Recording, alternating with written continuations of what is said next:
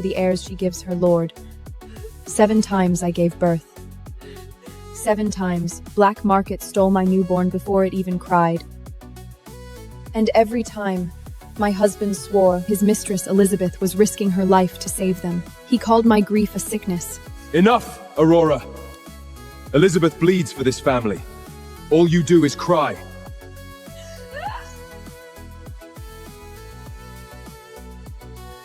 But tonight, when they took my 8th child, I followed the blood and heard the truth myself. Thank you, Jude. The first 7 babies you handed me passed all my earlier trials. Sell this one too. Let me fake another rescue and I'll finally be crowned High Priestess. Do it. Aurora will never know. My children were never stolen. They were bait, sold so his mistress could buy her crown. Not one was ever brought back to me. They think I'll break like always. Not this time. The golden dragon egg shattered in my arms. Before my hatchling's first cry had even faded, a dark shadow burst through the window and ripped my child away from me. My name is Aurora. I am the wife of Jude, the Black Dragon Lord. For 7 years, I gave birth to 7 children. Not one of them survived. Whenever I cried, Jude would only look annoyed. Enough, Aurora. They are not dead. Elizabeth saved them. Stop cursing your own children. Your dragon spirit is unstable again. I will not let you scare them with your madness. And today, this was my 8th. I did not care that I had just given birth. I stumbled out of the birthing cave and chased after them. Jude arrived quickly. He looked toward the direction where the shadow had disappeared, but there was no panic on his face. Do not chase them. What did you just say? Someone took our child! It only looks like a kidnapping. The Dragon Temple arranged it. Elizabeth needs to pass her trial by rescuing kidnapped dragon heirs from the black market. The child is only bait for now. Once she earns their trust, she will bring him back. You used our newborn child as bait? He just hatched! Jude's face darkened with disgust. Do not ruin this for her. The first 7 times worked exactly as planned. The children came back safe. He said her name without hesitation. He did not even bother hiding it anymore. I knew exactly how that woman worked. She threw my children into the black market like props, then rescued them in front of the elders and took all the glory. She is all you care about. What about our child? This is the 8th one, Jude. Enough! Your dragon spirit is unstable right now. Felix, take her back. Without my order, she does not leave her room. I did not wait for Felix to touch me. I shoved through the side and ran into the forest. Behind me, Jude roared, and the black dragon guards gave chase. I did not look back. I followed the direction they had taken my child and ran east, through broken brush and the sharp stench of fire-suppressive powder.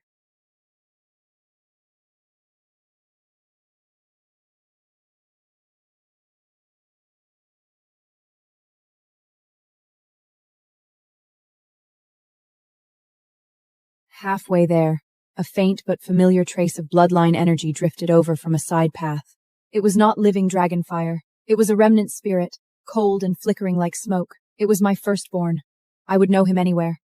I turned down the side path and pushed through dead vines into an abandoned holding pen. The iron cage was empty. Nothing was left but dried bloodstains and rusted scale shackles. Mom? My baby. Is it really you? I rushed forward to hold him, but my hands passed straight through the light. The light pressed softly into my palm. Auntie Elizabeth said we were only props. Every time, she told Dad we had been rescued and were safe somewhere else. Dad believed her. He never came to see us. Not once. You waited for me all this time?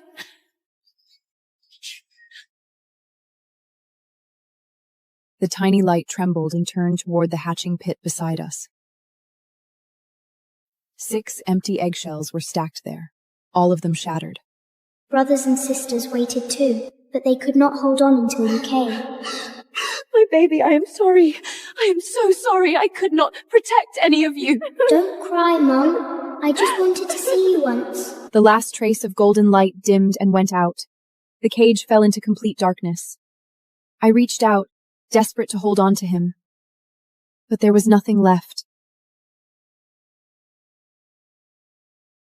I lay beside that cage and cried until I had no strength left. My legs were bleeding. Just before dawn, I dragged my broken body back to the castle. Judd was waiting for me in the main hall. He looked at me, covered in blood, and only frowned. Where the hell did you go? The guards searched half the night. You are getting more impossible every day. I went to the black market pens. My firstborn spirit is still there. It has not scattered yet. Do you know what he told me? Every child Elizabeth showed you was fake. Shut up! His spirit is still there. He told me himself that you never came to see them. Not once. I said, shut your mouth! Elizabeth placed the children somewhere safe after every trial. How dare you call her a liar? Look at yourself! Your dragon spirit is shattered, and now you are seeing things. I was not seeing things. Those children she showed you, did you ever touch them? Did you ever hold them? She let you glimpse someone else's hatchlings from a distance, and you believed every word. Jude's expression twisted, not with doubt, but with fury. Aurora, one more word and you will ruin Elizabeth's name. She took a curse for me. She can never have dragon heirs of her own. All she is doing is using your children to complete a temple mission. Once her trial is over, we will bring them home. You already hold the title of Lady of this territory. Do you have any idea what you owe her? He stepped closer and lowered his voice in warning. Tonight is her final assessment. Keep your madness and jealousy under control. Once she passes, we will go pick up the children. Stop this nonsense! An abandoned hatching den. Through a crack in the stone wall, I saw Jude take my newly hatched child to Elizabeth. Thank you. Once this final rescue operation is complete, I will become High Priestess. Please thank Aurora for cooperating. She said it so lightly, like my child was nothing more than a tool for her promotion. Do not let that crazy woman find out. She has lost so many children. Of course her mind is not right anymore. I kicked the stone door open and rushed inside. Give me back my child! Jude moved instantly. Black scales erupted across his body as he planted himself in front of Elizabeth, shielding her completely. The way he looked at me, I might as well have been filth on the floor. Who gave you permission to follow us here? That is my child in your arms, and you have the nerve to question me?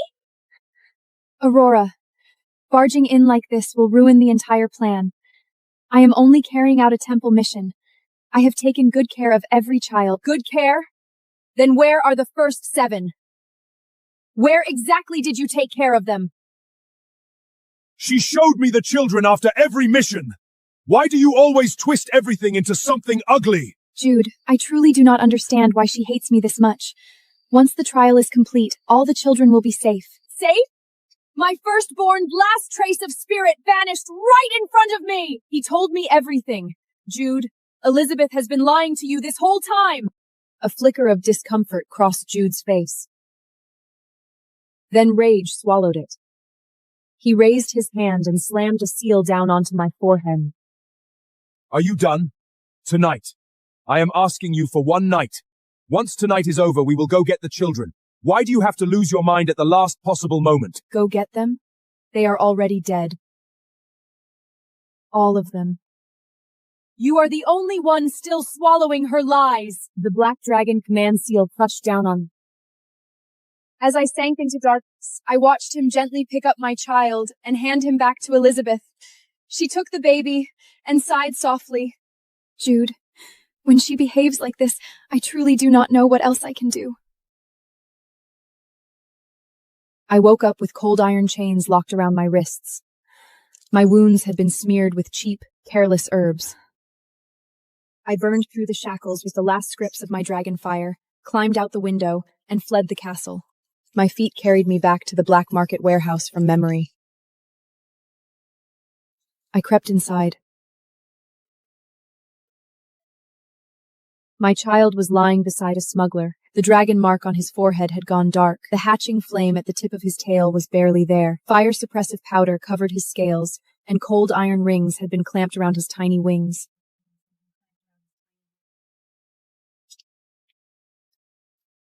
I waited until the shift change. then crawled over and gathered him into my arms. Mama's here. Mama is taking you home. Who is there? He lunged forward, tore the hatchling from my arms, and slammed me to the ground. An ice scale chain wrapped around my throat. Then the warehouse door burst open with a blast of holy light. Elizabeth swept in first, with the elders behind her.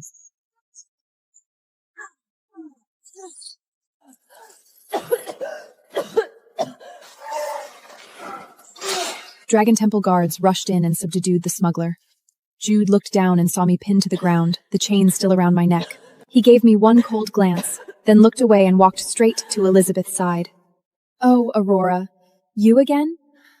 You keep stirring up the smugglers again and again. I know you hate me, but you cannot take it out on the entire Dragon Temple mission."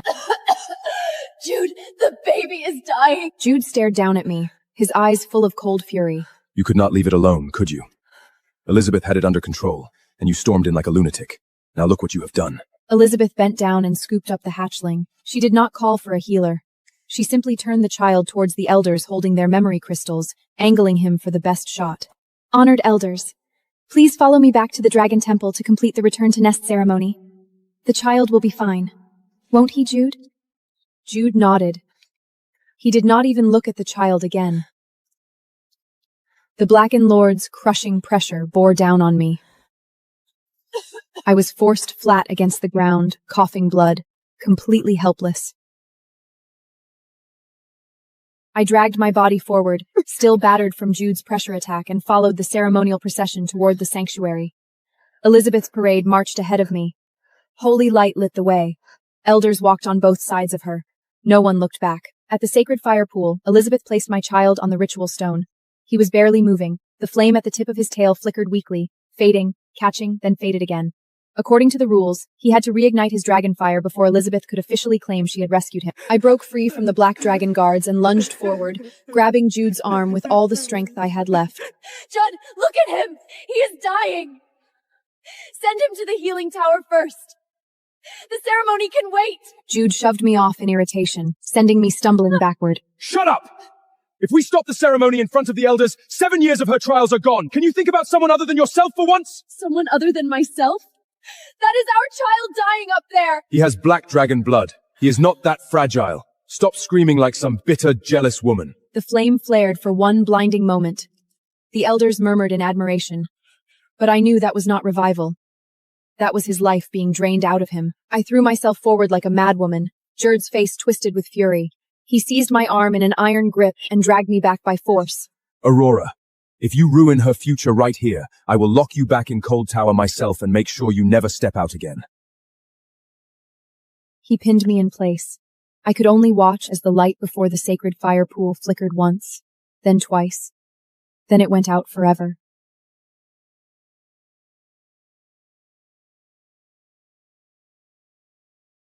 I threw myself forward and snatched my child into my arms. He was cold. The dragon mark on his forehead had gone completely dark. My 8th child died in front of the sacred fire pool, killed by Elizabeth's ritual seals, killed by Jude's silence while he stood there and watched. How did this happen? And the others before him, could they also? Jude, he was born with weak blood. You knew that. The first 7 children were different. I took you to see them every time. They were healthy. They were alive. You saw them yourself. This one was just an exception. She smoothed down her robes as if nothing had happened. The priestess cord around her neck swooged in the holy light. Jude looked at her and opened his mouth. But in the end, nothing came out. When he turned back to me, that flicker of doubt was gone. Aurora, keep your mouth shut. Not one word. Her promotion ceremony tonight will not be ruined by you.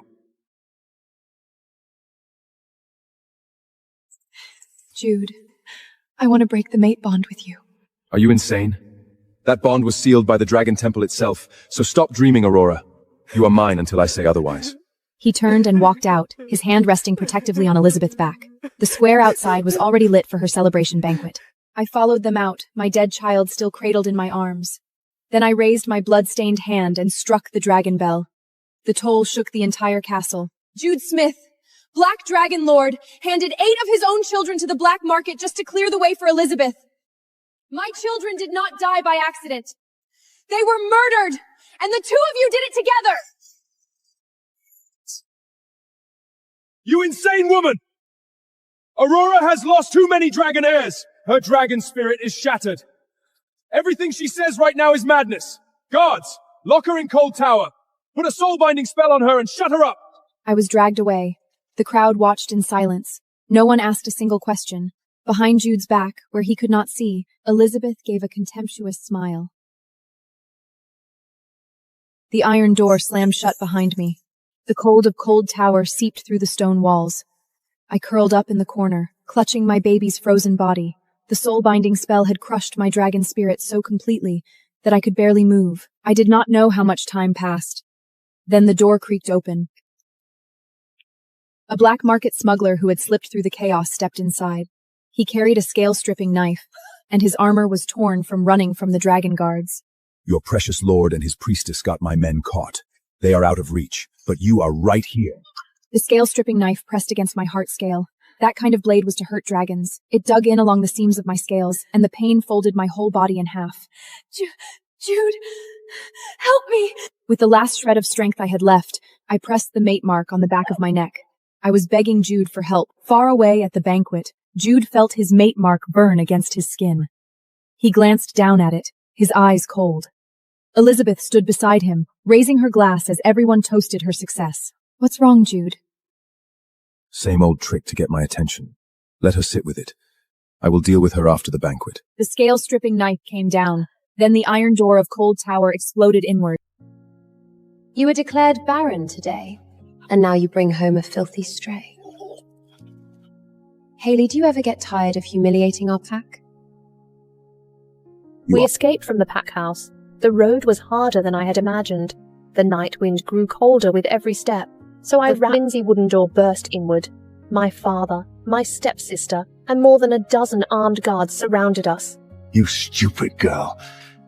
Did you really think I would let you run? Get up! The Lycan King's men are coming for you. You chose that dirty little stray over your own pack? Are you hurt? Blake's expression changed at once. Silence swallowed the entire room. My father, Ruby, all froze in horror. The filthy stray they had cursed and beaten was not a stray at all. He was Northridge's missing heir, Adam Harrow, the beloved nephew of Lycan King Blake Harrow. Uncle, they hit me. She protected me the whole time. Blake slowly lifted his eye. Behind him, the phantom of a colossal black wolf erupted with a roar. Killing intent flooded the room, thick enough to choke on. They will pay for this. Every last one of them. I survived without a single scratch. My name is Hayley, a she-wolf of Oak Valley Pack. Today was supposed to be the happiest day of my life, my mating ceremony, the day I was supposed to become Daniel's Luna. Instead, the healer exposed my test results. The results are clear. Hayley is barren. The whole hall went silent. Then the whispers started, cutting into my skin. I turned to my fiancé, Alpha Daniel. Daniel did not hesitate. In front of the entire pack, he wrapped his arm around my stepsister Ruby's waist. A she-wolf who can't have pups is useless. Hayley, I formally reject you as my mate. The mate mark on my wrist cracked and vanished. Poor Hayley. No one can fix a barren wolf. My father would not even look at me. You useless disgrace. You have made this pack a joke. Get out of my sight. I ran. Rain poured from the sky, and somehow I ended up on my knees beneath the moon tree. Goddess, please, just give me a child. Anyone. I will love them with everything I have. On the muddy road back, snarls and the sound of tearing flesh cut through my sobs. A pack of rogues had cornered a small silver wolf pup. Stay away! Don't touch me, you filthy mongrels! I did not think. I threw myself between them. It's okay, little one. I've got you. His teeth sank into my hand and drew blood. I did not let go. Bite me if you want. I am not leaving you here. I scooped him up and ran, luring the rogue straight into an old abandoned trapperay. Rusted jaws snapped shut behind us. We made it out. Then something strange happened. The pup who had been thrashing in my arms suddenly went still. How strange. You smell so good. My clothes were soaked in blood when I carried the pup back to the pack house, completely exhausted. But no one came to help. All I heard was cold laughter. My father, my stepsister, and Daniel were all sitting in the main hall.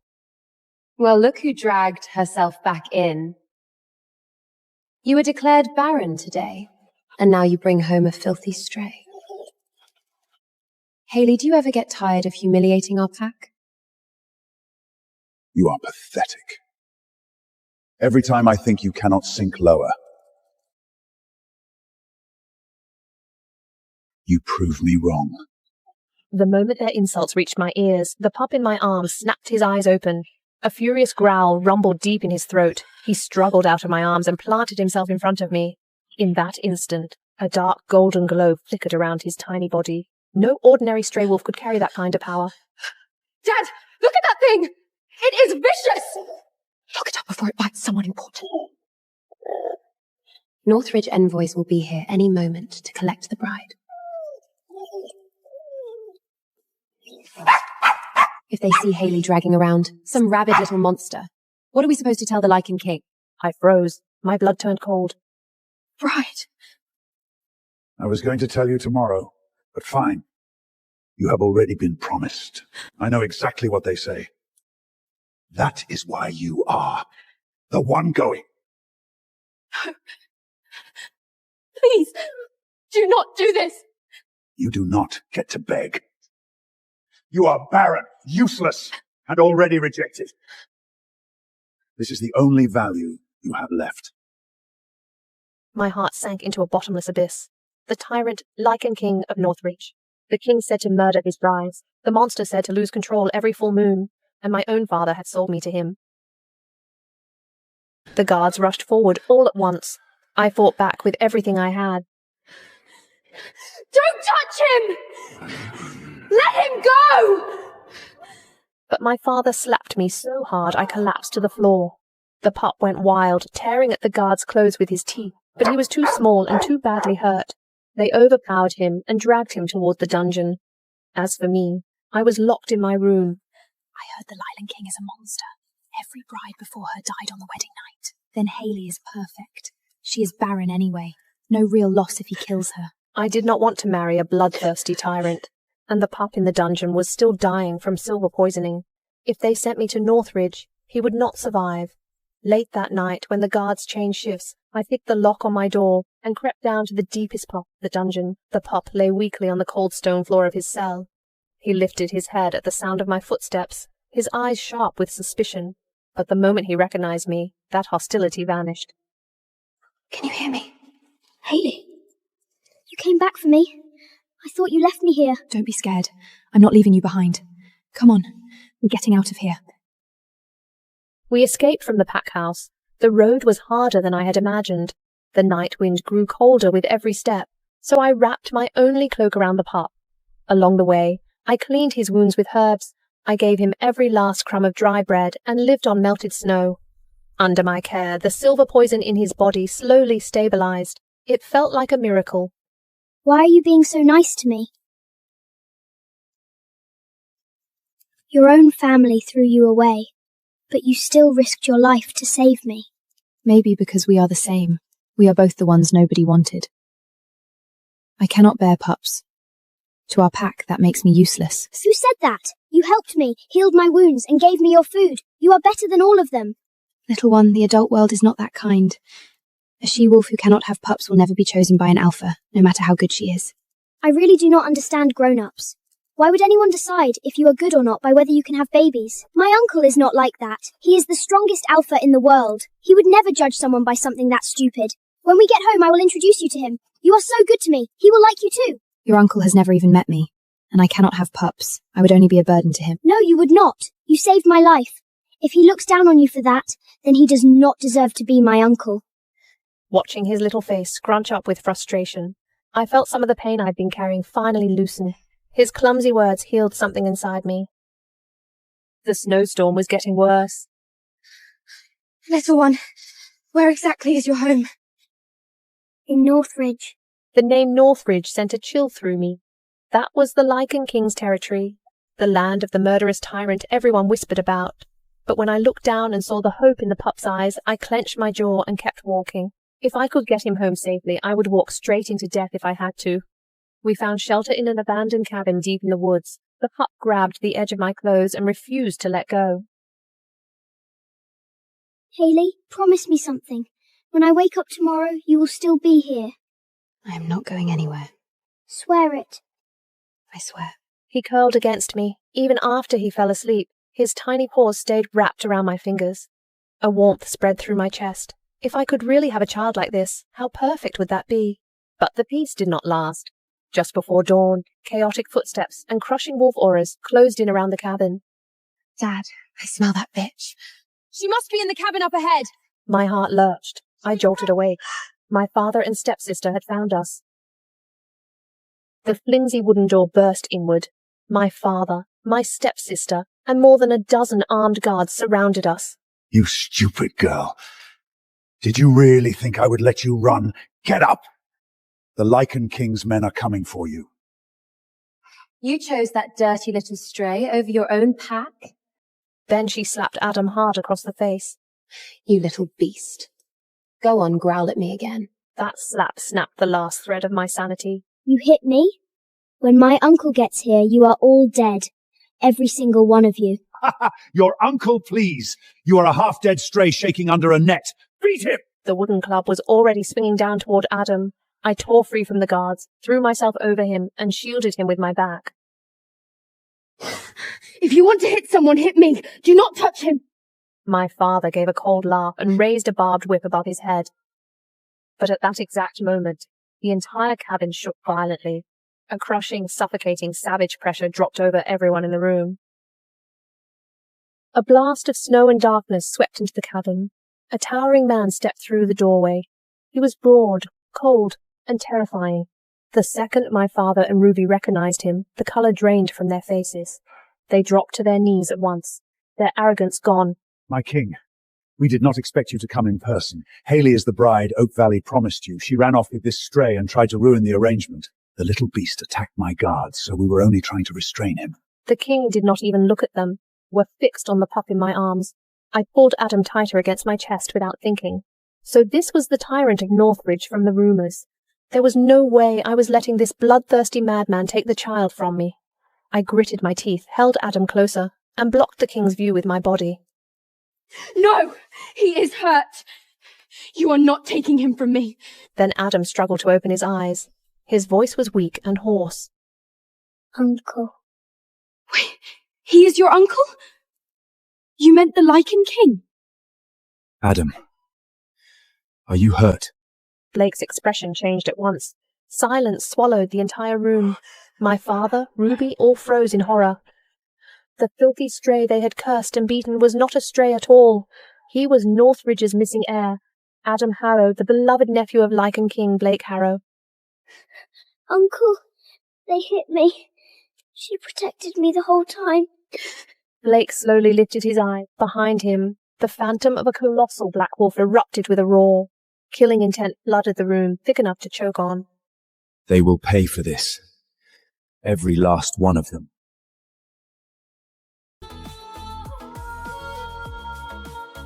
The chosen one.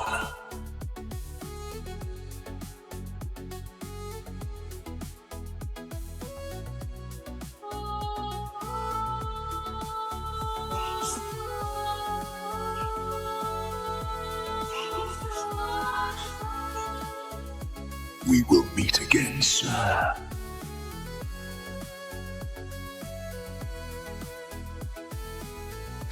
What was that?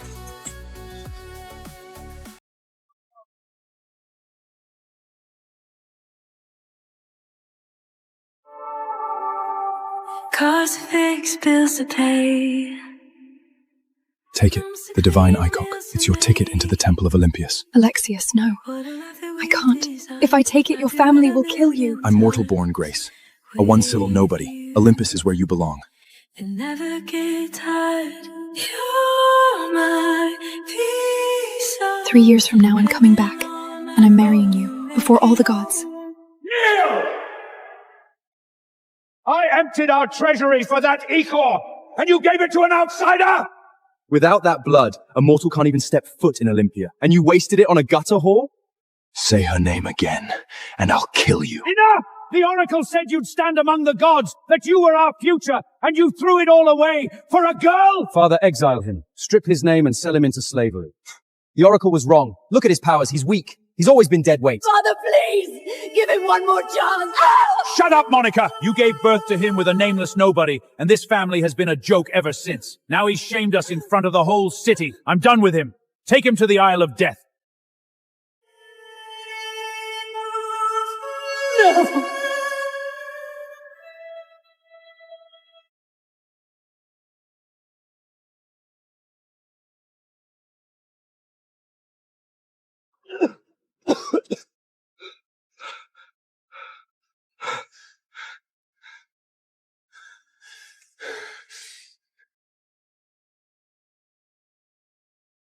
So this is the Isle of Death.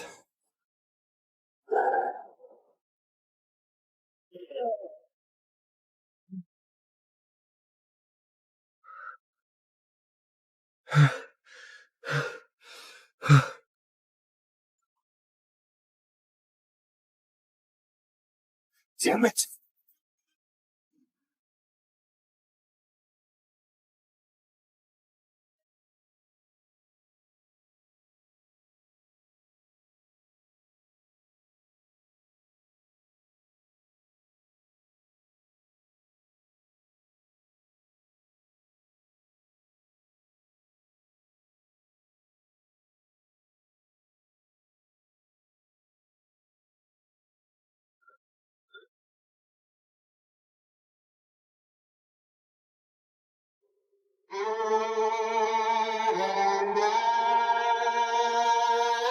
Holy shit.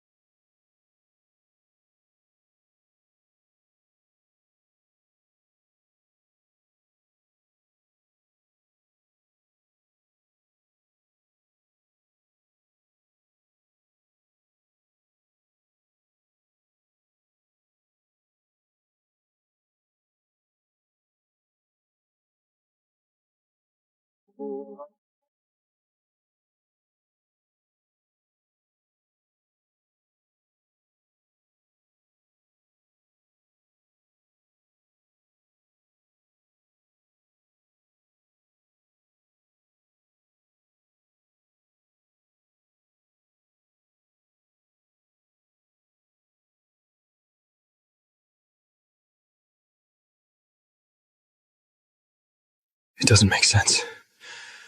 Why does my blood still read as mortal? 3 years in this hell, Grace. I'm coming for you.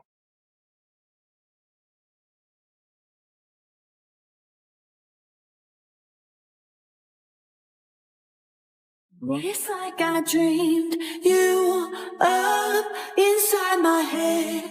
I thought the picture perfect. Grace, you came back. Alexis, you're alive. Yeah. Turns out I'm hard to kill. But seeing you, it makes every second in that hell worth it.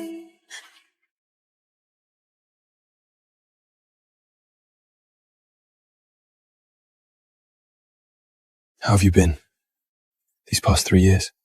The divine icon you gave me changed everything. The Temple of Olympius took me in. What's mine is yours, Grace. Always. So how far did you make it? I'm under High Priest Reed now. Wait, Reed? The hand of Zeus himself? Grace, you're one step away from becoming a demioid. You survived the Isle of Death. I assume you got a little stronger too. Actually, I already... Forget it, Alexis. Look at you. You were born mortal. A one-Sybil bloodline doesn't miracle its way to power. You got lucky and survived, but that's it.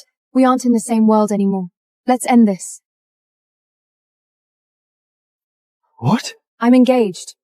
Leon Poseidon, the chosen disciple of the temple, and a direct descendant of the god of the sea. And you? You're a nameless mortal who doesn't even know who his father is. Welcome home, Alexis.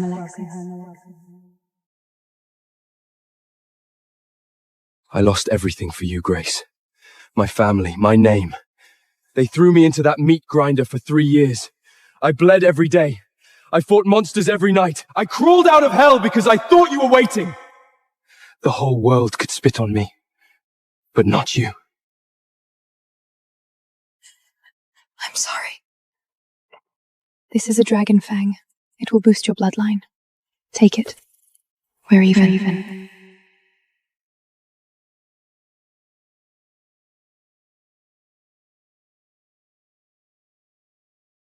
Because I was born mortal, my family, my woman, everyone leaves. Fine. One day, I will make you all regret for this. Impossible! Nobody walks out of the Isle of Death alive! Maybe the gods wanted an exception. I didn't just survive, old man. I ascended. I am a demigod. A demigod? Oh, please. He's a one-sill nobody. No ichor, no ascension. He's bluffing, father. He's nothing but a fraud. Worthless piece of trash! You dare lie to my face? Oh, and in case you haven't heard, your precious Grace is the prize pupil of Olympus now. And better yet, she's engaged to a real man. You're just the city's favorite joke, brother. Father, Evan has already awakened the bloodline of Ares, a 5-Sibyl master. He is our future. Keeping this trash around only smells up the house. Father, please. I beg you, don't throw him out again. Mother! You two have contaminated my house long enough. From this second on, Monica and Alexis are stripped of the family name. Exiled. You are dead to this family. Mother! Mother!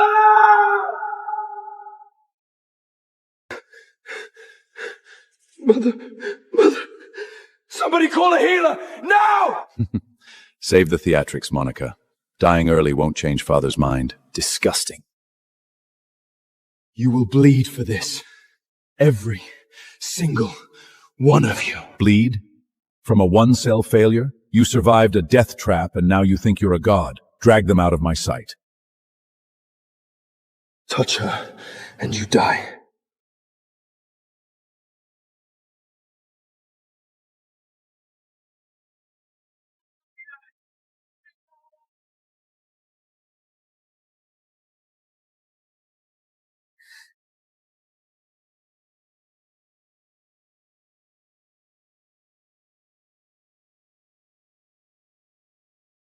The temple selection.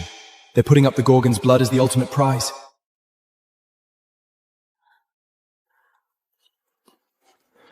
I'm sorry, Mother.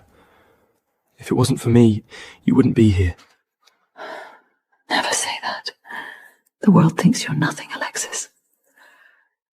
But I know who you are. One day you will shake the foundations of this kingdom. Under the bed, there's a cloth. Bring it to me.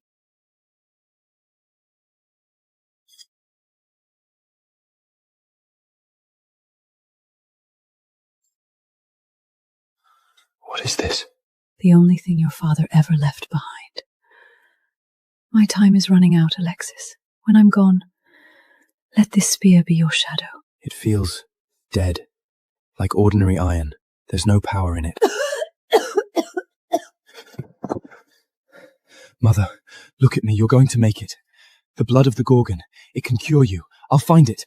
That's a myth, Alexis. It's not a myth. The temple selection. It starts next week. If I win the arena, the prize is mine. No, absolutely not. The arena is a slaughterhouse. The strongest bloodlines in the world go there to die. I won't lose you. Okay. I won't go, I promise. Just breathe, Mother. Calm down. The temple selection. I'm going. Not just for the cure, but to show every god in Olympus what a mortal can do. There's my girl. Tell me it's done, Grace. You broke up with that trash. It's over. We're done. Good. Mr. Athena, always an honor. I've missed you, my future queen. Don't, Leon. We're engaged, not married. Keep your distance. Still thinking about that loser? We broke up. And he has a name. Not anymore. Word is his family kicked him and his mother out like stray dogs. Right now your little mortal is probably bleeding out in some alley. Look at me, Grace. Forget the discarded mortal. Our union was blessed by the High Priest himself. Don't make me regret choosing you. I know my place, Leon. I don't need a reminder.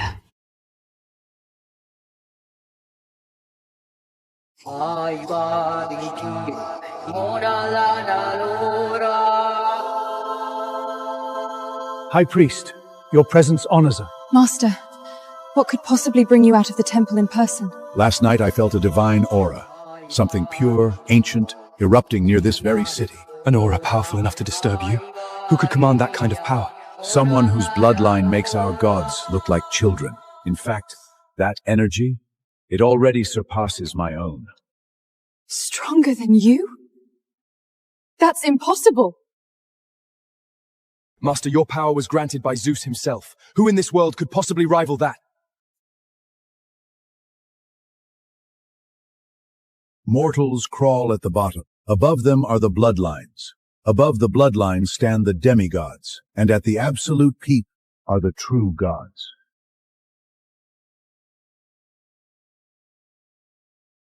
Master, are you saying a demigod walked among us last night? Perhaps not. The moment my boots touched this city, that era vanished. Maybe I simply sensed it wrong. In 7 days, the temple selection begins. You two will represent my name. Do not embarrass temple. Consider it done, Master. We will paint the arena with their blood. This garbage medicine isn't doing anything, damn it. The silver tree. The texts say its fruit can reverse death itself.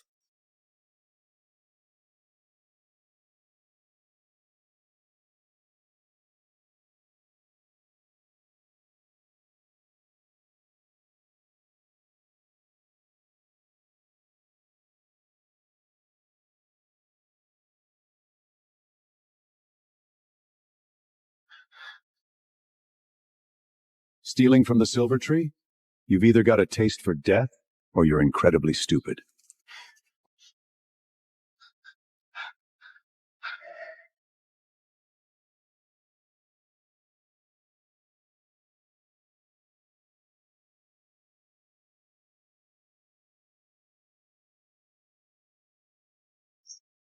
Drop the fruit before I decide how to die.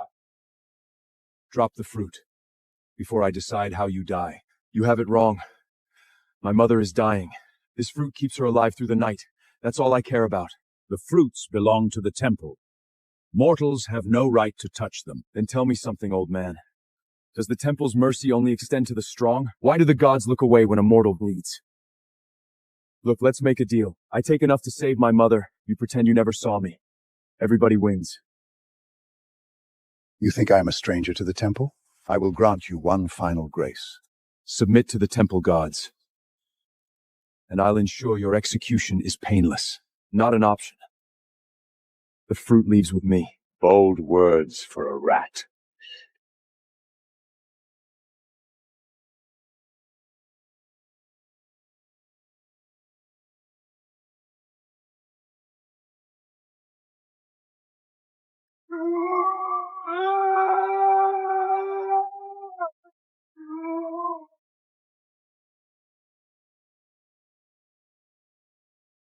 This barrier is bound to my divine authority. Below the level of demigods, it is unbreakable, and you are just immortal. If I fail tonight, Mother dies. I am not letting her go.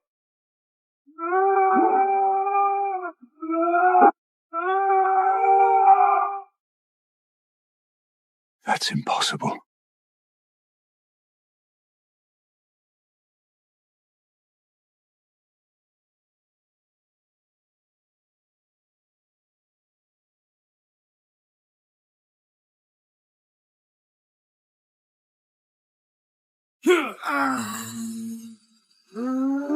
If you can stand up from this, you can leave.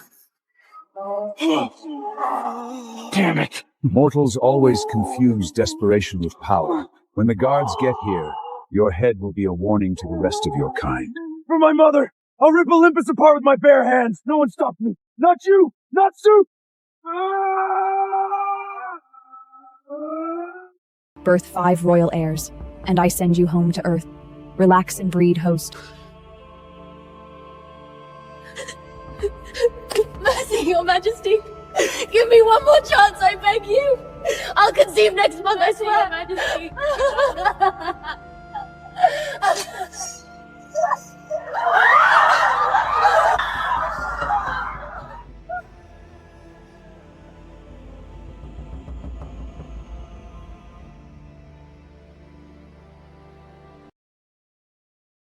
Examine me first, Your Majesty.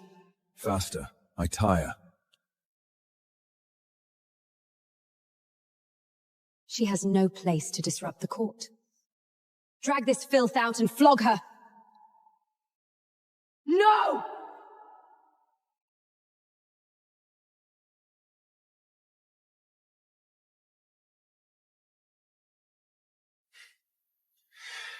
Stand down. I carry the king's blood. Who are you, a serving maid, to silence me before he speaks? I can feel his gaze clinging to my belly like he wouldn't let go. I'd guessed right. To this monster, a child was the one shield no blade could pierce. Healers, examine her. Now!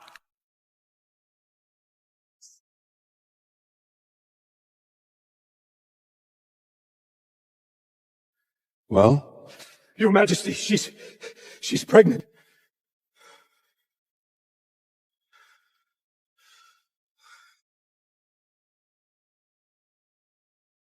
She is with child, Majesty. Only... Speak. An ordinary woman shows nothing at 1 month, yet her belly swells like a harvest gore. Has she laid with another man and smuggled a bastard into your line? Is that so, Ilara? I began to sweat. I did spend a night with the Dragon King, but these babies are not naturally conceived. No, Majesty!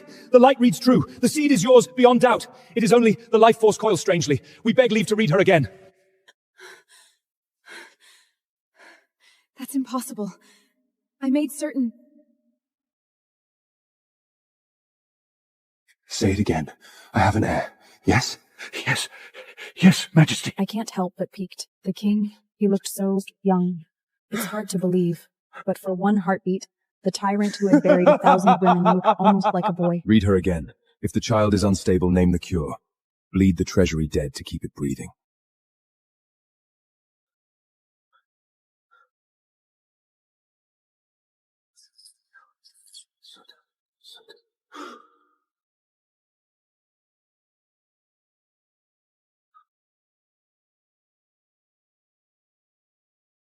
Your Majesty, the lady does not carry one child.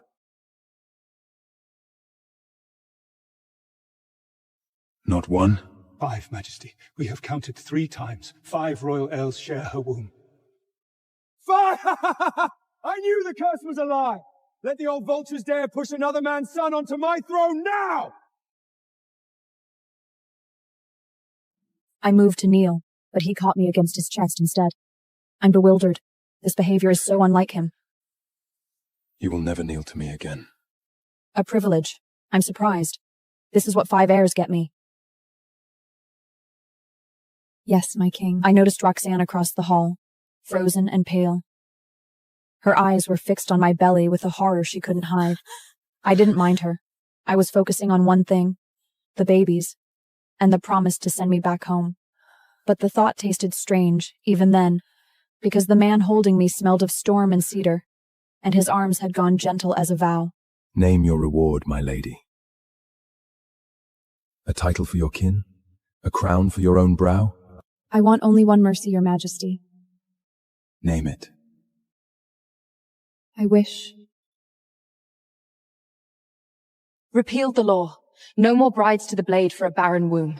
The moment those words left my mouth, I felt his arms went stiff around me. The whole court went dead silent. This king killed men for questioning his decrees. I set my hand on the one wound he never forgave. 1,000 graves had been dug to that law.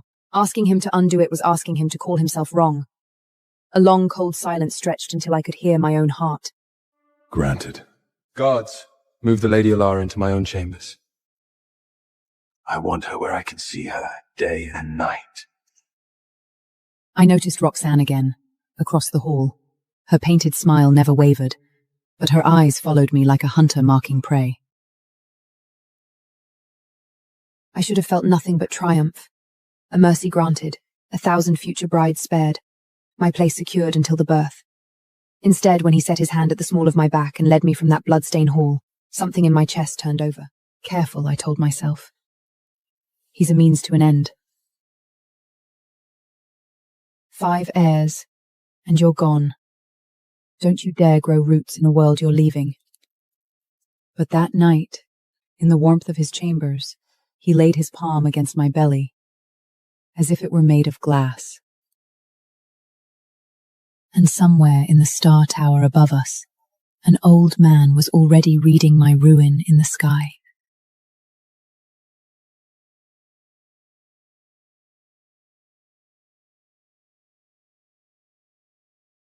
They dressed me in consort silver for the crowning. It's the first real piece of clothing I had worn since I landed here. Darren walked at my side, every cruel line of him softened. The herald's voice rang out. 5 heirs, the curse broken, and 1,000 courtiers bowed. This is it. I'm becoming the first consort of this realm.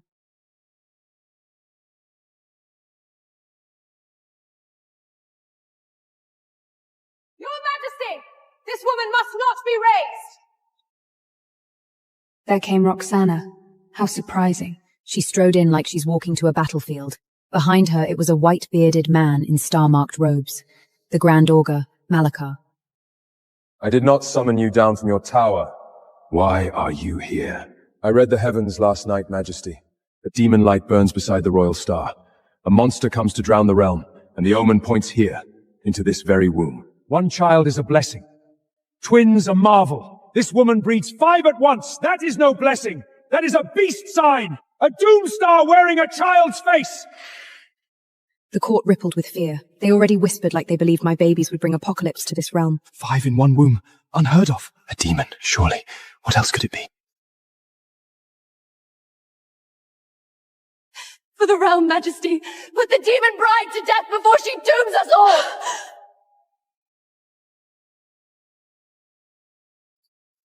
With the king's favourite and the augur leading, the lords fell like wheat. I wonder how the king would react.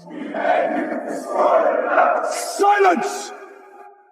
Whoever names my children demons, does he wish to die?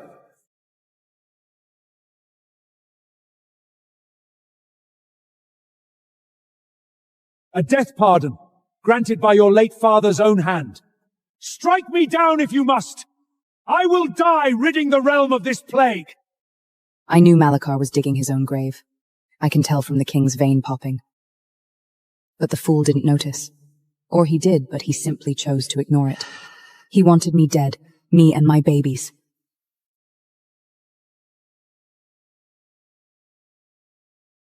You name my children demons, Augur. Where is your proof? 5 from one womb defies heaven itself. What more proof do you need? So the king's boundless fortune, 5 heirs where there were none. You call this a curse? Are you praying for his majesty to die without a son after all? Silver tongue! When your time comes, if the heavens send no ill sign, I am wrong. But if they do, what then, demon bride?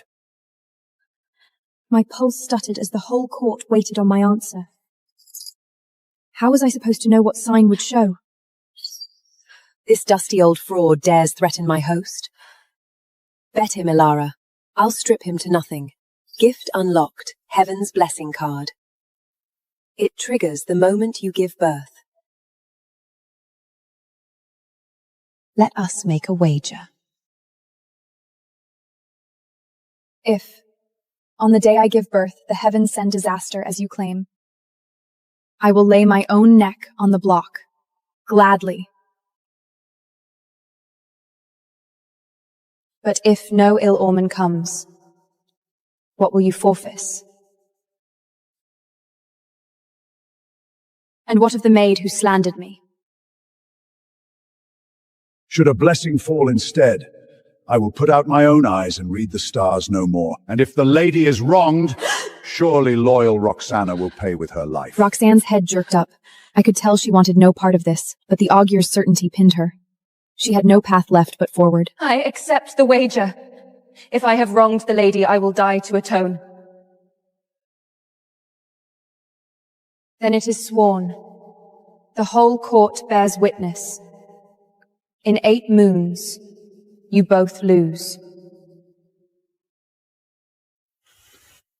You gamble your own neck without asking me first. I don't gamble, Majesty. I only bet on certainties.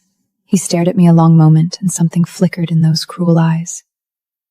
Not anger, curiosity. And under it, the first dangerous root of something warmer. Don't look at me like that, Dragon King. I am a debt the heavens will collect, and then I am gone.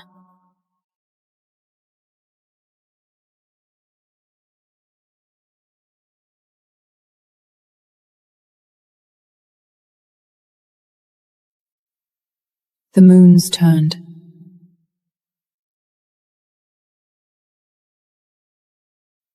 My belly grew vast, vaster than any woman the realm had seen.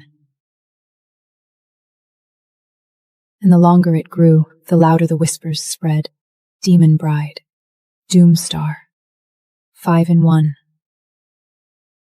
Servants made warding signs when I passed.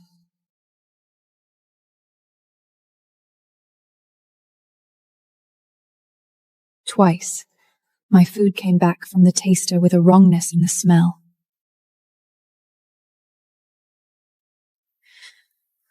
The wager had only made me a bigger target. If I died before the birth, no omen would ever come to clear me. Some of them had worked that out.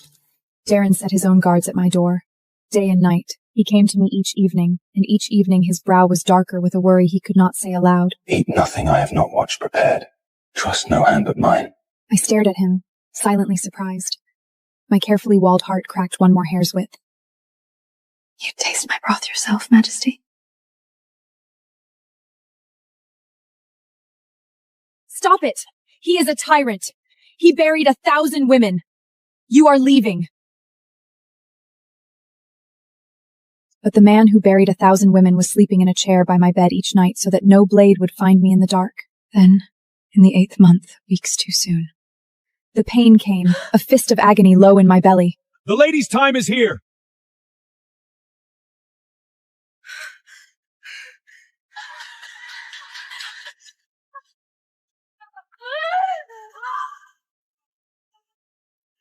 Sweat poured down me.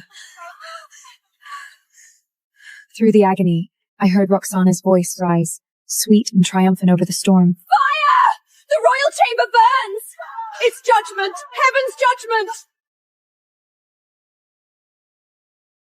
Look, all of you! Black clouds, lightning on the palace, the heavens rage! The Devon is coming into the world! Lords nailed in the pouring rain, howling for my blood. Do you see now, Majesty? This is your blessing! Fire from the sky! The blackest of omens! Through the open door I saw him, Draven, the Dragon King, sword bared, flames at his back, a sea of kneeling enemies before him, hair wild, eyes red as open wounds, a beast run to ground. One step closer and I cut him down where he kneels. Will you stay blind, Majesty? Kill her, or the realm dies tonight. The block, the 1,000 ghosts crowding my bed. If he wavered now, the same axe that took them would take me, and my way home with it. Even his own guards sank to their knees, begging him to end me. Then, cutting through thunder and rain, a newborn's first furious cry.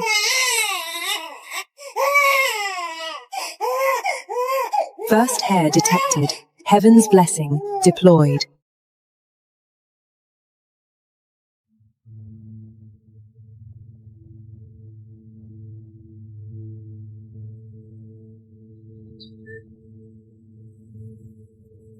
The lady has delivered. A son! A strong, perfect son! Oh my god! A golden dragon guards the air! Heaven blesses the realm! A blessing beyond any age!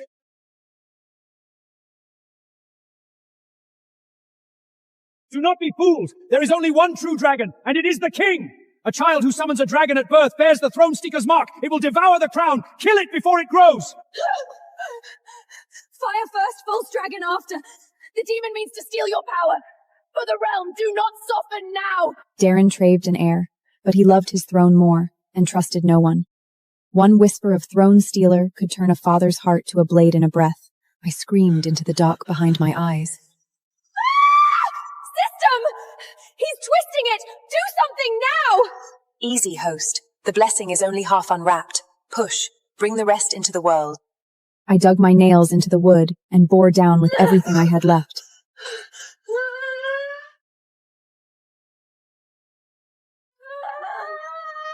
I screamed, and the second child slit free, then the third. Easy, host. I'm changing the narratives now. System told me the fading gold flared back to blinding life. System told me, from the scorched earth, golden lotuses erupted. Palm-sized, jade-petaled, blooming in a path from my door to the foot of the dais. Their fragrance washed the blood and ash away. They went crazy outside. It's a good day today. Lotus from bare ground. That's scent. This is no curse. Demons come with black rain and blood. This is gold and light. Aga, have your old eyes failed you? The moment the whole court finally saw it. He was wrong. They were both wrong. I bore down again. The fourth child. The fifth, and the sky answered with music. Unearthly, soaring. 100 spirit beasts of light stampeded through the clouds, and among them ran the 4 great guardians of legend. In the deepest gold, a vast white-robed figure raised a sleeve, and the heavens wrote a single blazing word across the dark. Blessed. 3 princes and 2 princesses. Majesty! 5 heirs! All safe! All whole! 5 heirs. The system's deal. Done. My ticket home. But the sweeter thought came right behind it. The wager. They swore it before the whole court. The augur's eyes. The maid's life. I just won both.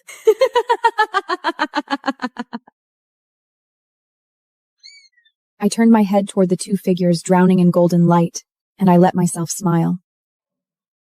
You called my children demons, augur. Now the king collects your debt, in front of everyone you tried to turn against me.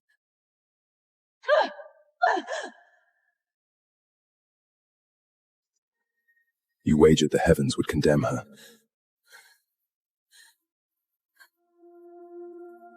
The heavens have spoken. Now I will. Hear my decree. The Lady Alara is named Queen, Mistress of the Realm, this very day.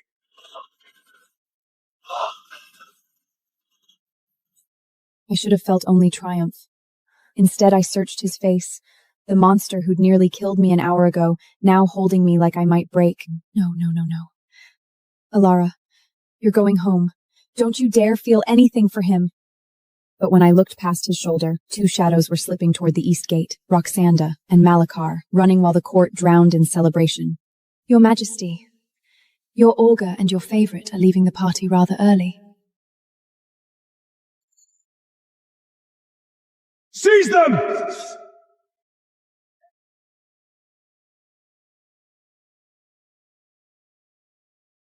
Then, my wife asked me to trade it all in for her. I earn enough for both of us. Put down the scalpel and take care of our home.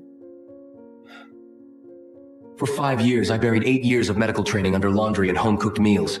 I became the invisible husband. But Serafina was an icy wife. Love is not about the fiery passion, Adrian. It's the mutual respect.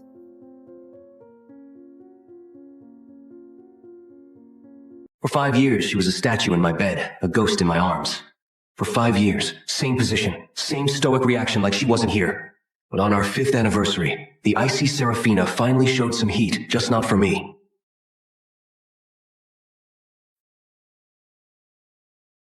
But still, it was our 5th anniversary. I took the afternoon off from the hospital to prepare a surprise candlelight dinner. I spent hours in the kitchen, orchestrating a symphony of flavors, feeling a rare surge of hope. I snapped a photo of the feast and called her. What? Hey, when are you coming home? I made a massive dinner for us. Should I come pick you up? Don't bother. I'm working late, and I have to leave for a business trip tonight. Don't wait up. The line went dead before I could mention the anniversary.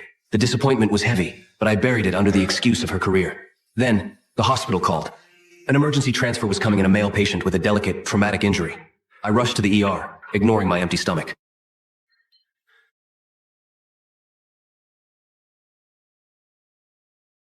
I spent 5 grueling hours in the operating theater, meticulously saving the patient's dignity. By 1 a.m., I was exhausted. As I stepped into the lobby, a nurse called out to the waiting area.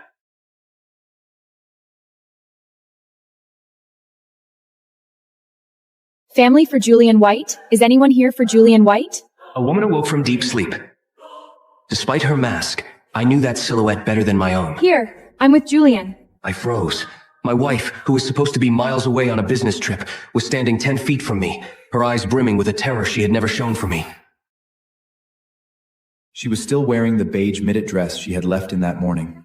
Her hair was still perfect, the gold bracelet I gave her gleaming on her wrist. The business trip was a fiction. The overtime was a lie.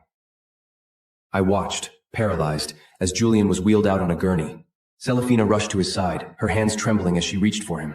As they passed me, I finally saw his face, Julian White, the white moonlight, her first love, the man whose ghost had haunted the corners of our marriage for 5 years.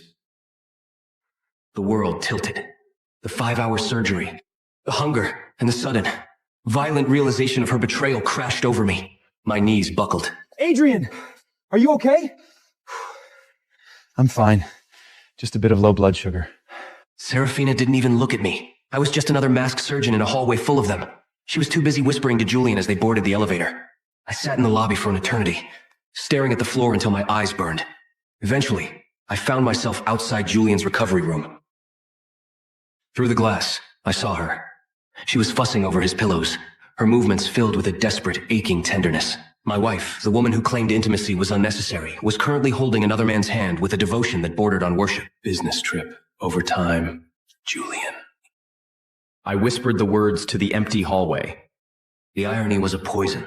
I had spent 5 hours saving the very man who had just destroyed my life. I had used my skills to ensure he could return to her arms. I sat there until the silence became unbearable. Realizing that for 5 years, I hadn't been a husband, I had been a placeholder. I turned to leave, my body feeling like lead. Suddenly, the door to the room swung open. Doctor, help! She nearly ran into me, her face pale with panic. I lowered my head, my mask still firmly in place. She didn't recognize me. She sprinted past me toward the nurse's station, returning seconds later with a resident on duty. Please, you have to check him. Julian says he's in pain, and he can't feel his legs. Please, save him! She brushed past me again, her frantic energy filling the room. She didn't look at my eyes. She didn't notice the way I stood. To her, I was a ghost. I walked to the locker room, stripped off the scrubs that smelled of antiseptic and lies, and drove home in a trance.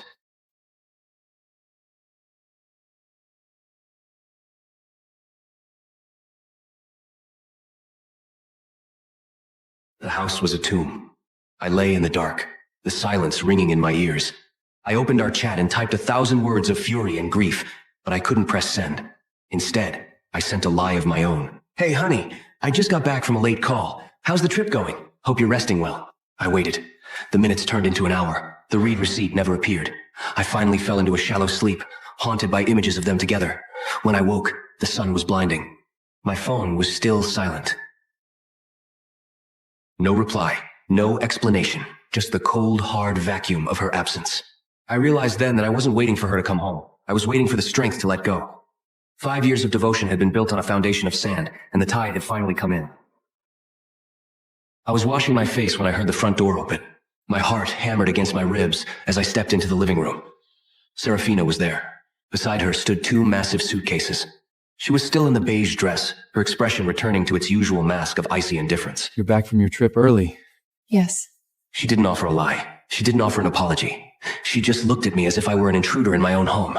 I waited for the truth, for a shred of honesty that might save a piece of my soul. Those suitcases belong to a friend. He just had surgery and has no one to look after him. I'm bringing him here to recover this afternoon. The last flicker of hope died. Okay. I said it so quietly I wasn't sure she heard me. She looked at me then, a flicker of surprise crossing her face at my lack of resistance. But the fight had left me. I walked into the bathroom, let the cold water numb my skin, and left for the hospital without looking back. The afternoon shift was a blur of static. I moved through the wards like a machine. I was a man without a home, a husband without a wife. Just before my shift ended, there was a knock on my office door. It was the dean's assistant. Dr. Adrian, Dean Sterling needs to see you immediately. I stood up, my mind racing. Had I made a mistake? Had she complained about me? I walked to the dean's office, feeling like a condemned man. Dean Sterling was staring at a news report. His face was a map of grim lines. I sat. He turned off the monitor and leaned forward. Have you seen the news? The chemical plant explosion in the North District? No, I've been busy. It's a catastrophe. Toxic radiants have been released into the atmosphere and the water table. The local hospitals are overwhelmed, and the medical staff are dropping like flies. It's an airborne neurotoxin. High risk, high mortality. He paused, studying my face. The government is calling for an elite volunteer team to man the field hospitals. It's a dangerous mission, Adrian. Possibly a one-way trip. But if you go, and you come back, the department head position is yours. I thought of the suitcases in my living room. I thought of the man currently taking my place in my bed. I thought of the 5 years I had spent begging for a love that was never mine to begin with. I'll go. Adrian, think about it. Talk to your wife. It's a high exposure zone. You might not make it back. I don't need to talk to her. I'm ready to leave tonight. I saw the shock in the dean's eyes, but I didn't care. I didn't want the promotion. I didn't want the glory. I just wanted a place where the poison outside matched the poison in my heart. If I was going to die, I wanted it to mean something. I wanted to be somewhere where the pain had a purpose. Dean Sterling's words about the suicide mission echoed in my ears, but they felt like a lifeline rather than a threat. The drive back was a blur of neon lights and hollow silence. I needed to leave. I needed to be somewhere where the stakes were life and death, because my life here had already died. When I pushed open the front door, the air in the apartment felt different, suffocating. I froze at the entrance. There, reclined on my sofa in a silk robe, was a man. He looked up with a lazy, proprietary gaze. Julian. He was leaner than in his photos, his face pale with a fragile, tragic beauty that seemed designed to elicit pity. Julian, I poured the soup for you. Her voice drifted from the kitchen, uncharacteristically soft, humming a tune I hadn't heard in years. She stepped out, holding a delicate porcelain bowl of steaming broth. When her eyes met mine, her smile didn't just fade, it vanished. A flicker of guilt crossed her face, replaced instantly by a defensive coldness. You're home? This is my friend, Julia. He's weak after his surgery and has no one else. He'll be staying in the guest suite, well, for a while. I looked at the table. She had prepared a 4-course meal. In 5 years of marriage, she had never cooked for me. Not once. I didn't even know she knew how to make soup. Adrian, right? Sarah tells me you're a brilliant surgeon. Truly impressive. I've heard so much about you. He called her Sarah, a nickname I was never allowed to use. He looked at me not with gratitude, but with the quiet triumph of a conqueror returning to his throne.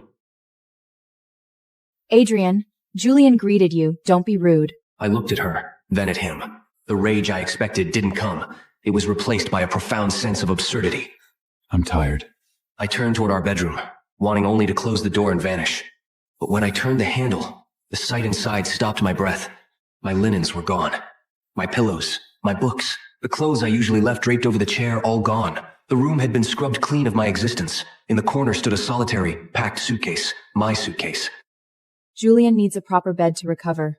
You're always at the hospital anyway. I've booked you a suite at the Hilton on Spring Road for the week. Your ID is at the front desk. You're kicking me out of my own bedroom? For him? It's temporary, Adrian. Don't be so dramatic. Suddenly, Julian appeared in the doorway, leaning heavily against the frame, clutching his abdomen. Sarah, please don't fight. It's my fault. I'll go sleep in a hotel. I don't want to come between a husband and wife. He began to cough a wet, theatrical sound. Serafina moved instantly, catching him with an agonizing maternal protectiveness. No, you're not going anywhere. You're too weak. Look at what you're doing to him, Adrian! Just leave. Give us some peace. The night air was biting as I rolled my suitcase through the lobby of the Hilton. The receptionist handed me my ID with a look of pity I couldn't stand. I sat on the edge of the king-size bed, staring at the sterile walls. My life was packed into a single polyester bag. I unzipped the side compartment to find my toothbrush, but my hand brushed against something hard and square. It was a black, leather-bound notebook. I frowned. It wasn't my medical log. It had an old-fashioned brass latch. On a whim, I tried the combination of Serafina's birthday. It opened. The handwriting inside was elegant, slanted, and unmistakably hers. She must have packed it by mistake, confusing it with my journals. August 12th. He left today. The airport felt like a tomb. Why didn't he look back? My heart flew away with that plane. I felt sick. I flipped through the pages. Years of entries, all addressed to a him. July 15th. Your birthday. I bought a cake and ate it alone in the dark. Julian, are you cold over there? Do you miss me at all? I kept reading, the dates crawling closer to the present. My own name finally appeared near the end. October 27th. My parents like Adrian. He's stable. He's a doctor. We're getting married next month. But Julian, if you ever came back, what would I do? I'll never forget you. Never. The diary ended there. 5 years of marriage, and I was nothing more than a stable placeholder. A ghost in my own house. I didn't sleep. I spent the night staring at the city lights, the diary open on the nightstand like an open wound. I didn't feel like crying. I felt like a prisoner who had finally been shown the key to his cell. She didn't love me. She never had. She had used my stability to fund a life while she waited for her moonlight to return. I pulled a sheet of hotel stationery from the desk. My hand was steady as I wrote the words that had been 5 years in the making. Serafina, let's end this. The divorce papers will follow. I called Dean Sterling at 6 a.m. I'm ready. When does the transport leave for the disaster zone? Known, Adrian. Are you sure? You sound different. I've never been more certain of anything in my life. I left the suitcase at the hotel front desk, addressed to her. Let her find her past and her future in that bag. I was heading into the gray fog of the chemical clouds, where the only thing that mattered was the pulse under my fingers. The possession worked. Guess I'm the real princess of Santonia now. And I like to feel the shame of it. And I like to feel the shame of it. But don't worry, now that I've claimed this body, we're gonna get a different ending. Oh my god, sister! You're awake! I was too worried to sleep last night.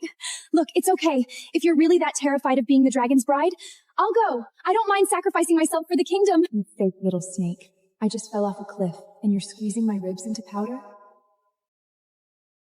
Serafina, you selfish, ungrateful brat. You tried to kill yourself just to run away from your royal duty? Vivian has been delicate since she was a child. She'd never survive being that monster's bride. But you? You grew up outside these palace walls. You're tougher. Taking her place is the least you can do. Hold on. Are you sure I'm actually your blood? Because it takes a special kind of cold-blooded to look your real child in the eye and hand her over to a monster. Do not speak to your mother that way. As the princess, bleeding for Santonia is your duty. And you should be honored. The guards will escort you to the dragon's lair tomorrow. Oh no. Sarah's gonna cry again. Father, Mother, maybe we were too harsh. She definitely hates us now. All right. I'll go.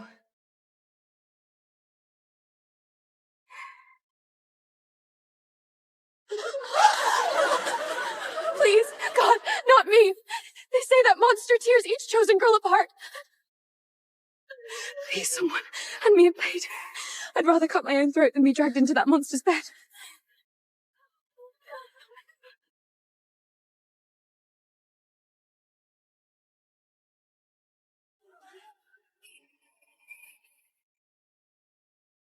Here he is, my target. Hook him, survive the mission, and then I get to go find the mystery man who saved my life.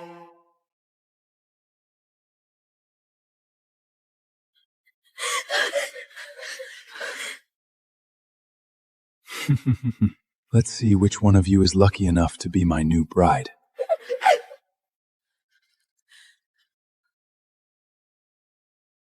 Number 99. Come on, Dragon Boy, don't screw this up.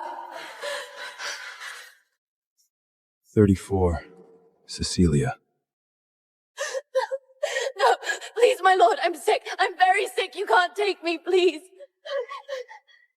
Let's go, darling. The honeymoon starts tonight. No, don't touch me. I know what you did. You'll tear me apart. Get off, you fucking monster. You don't want to be my bride? Fine. Let's play a little game. Just find one girl here willing to take your place, and I'll spare you. Somebody, please. My family is loaded. I'll give you gold, estates, and anything you want. Just take my place. Looks like you're out of luck, Cecilia. I mean, who would volunteer to marry a monster?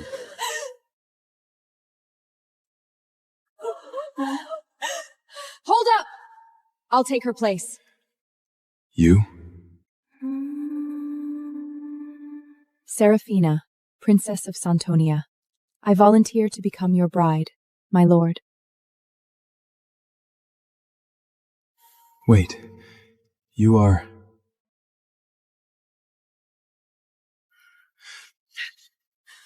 Never had one bride gift wrap herself for me before. Let me make one thing crystal clear. There's no backing out now. Who says I'm backing out? Wow, look at him. The abs, the face. I definitely hit the jackpot. My last bride lasted 18 hours. Spent the last 2 crying, begging for mercy before she died. You sure that delicate little body of yours can survive me? Sure, my lord. My body is full of surprises. By sunrise, we'll see who's begging.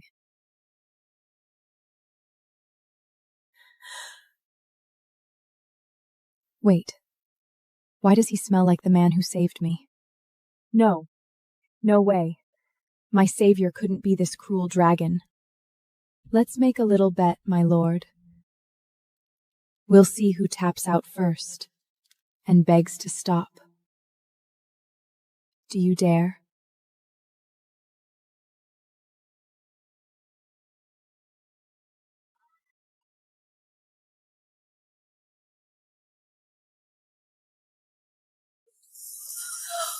Whoa!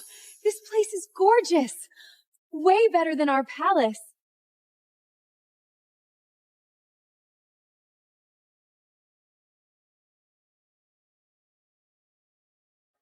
Maybe you should worry less about the room and more about whether that soft little body can handle me tonight.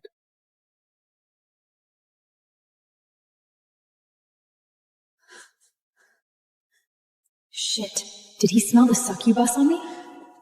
I used to do all the dirty work at the palace, mucking the stables, feeding the hounds. I guess the stench just sticks to me. But you're the Princess of Santonia. By blood, sure. But I was lost for years. When I came back, my fake sister Vivian had already stolen my life. My parents treat me worse than a maid. Honestly, I'm lucky you took me. If I were still at the palace tonight, I'd be serving drinks at Vivian's birthday gala. A palace full of hypocritical trash.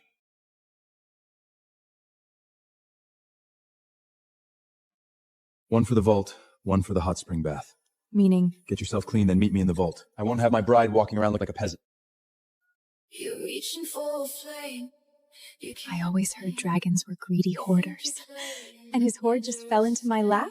Best suicide mission ever. Wow. Am I dreaming? Come closer, feel the smoke in the air. I'm pulling you into the dragon's lair. Hey, never seen the Lord look at a girl like that. Is a frantic beat. You're drowning in the rising heat. So, how do I look? Passable, barely. I'll take that as a huge praise. So, may I serve my king now? Not yet. Your family treated you badly, right? Come on. Let's give your sister a little birthday surprise.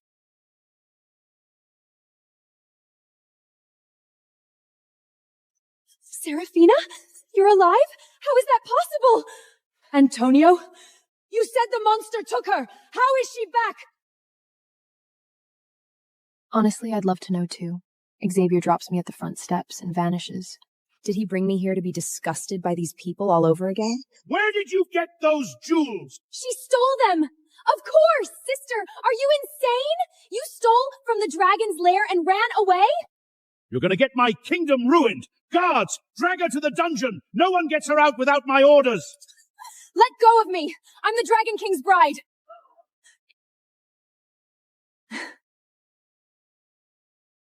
Dragon King's bride? Ridiculous. You were sent there as monster food. Don't you dare come back here and act like you're better than me. Ouch! That hurt, you psycho! I'm guessing you stole these too? In the name of Santonia's princess, I'll just be taking them back. Throw this trash to the dungeon! If the dragon comes looking for his stolen things, we'll just hand her over.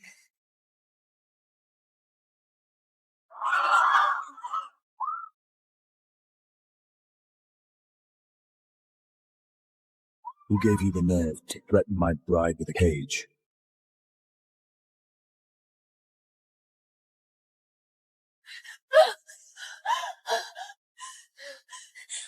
joke. My lord, I swear. Serafina knows that she won't take it personally. Joke? Good. I enjoy jokes. How about I cut out your tongue and feed it to the hounds? Let's see if you take it to heart. No, I'm so sorry. Please, my lord, have mercy. I'll never do it again. Please, my lord. Forgive my daughter. She's just clumsy. She never meant Serafina any harm. Actually, my lord, I was just about to present Serafina with the royal scepter. She is the true heir, after all. Come, my darling daughter. The royal scepter? Sure, lead the way, Dad.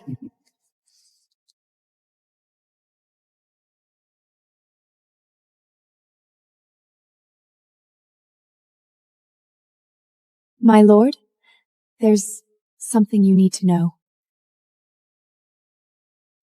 My sister. She's been lying to you this whole time. My lord, you really thought Serafina admires you? Please read this. Her diary. The disgusting beast is picking a bride again. Father and Mother said it has to be me this time. Please, someone save me. I would rather die than let that freaking monster touch me. If this is my fate, then death is the only relief. A monster.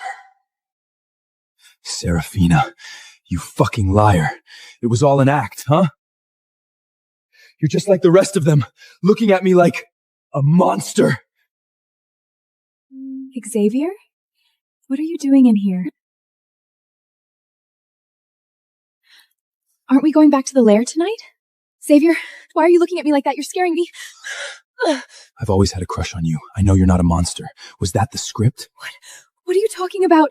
Thanks to your diary, or else I may have bought the whole fucking act. Diary? Oh shit. Did he find the dead princess diary? You would rather kill yourself than let me touch you. Well played, Serafina. For 1 second, you almost had me believe you were different. No, that wasn't— Shut up! I'm done listening to your lies!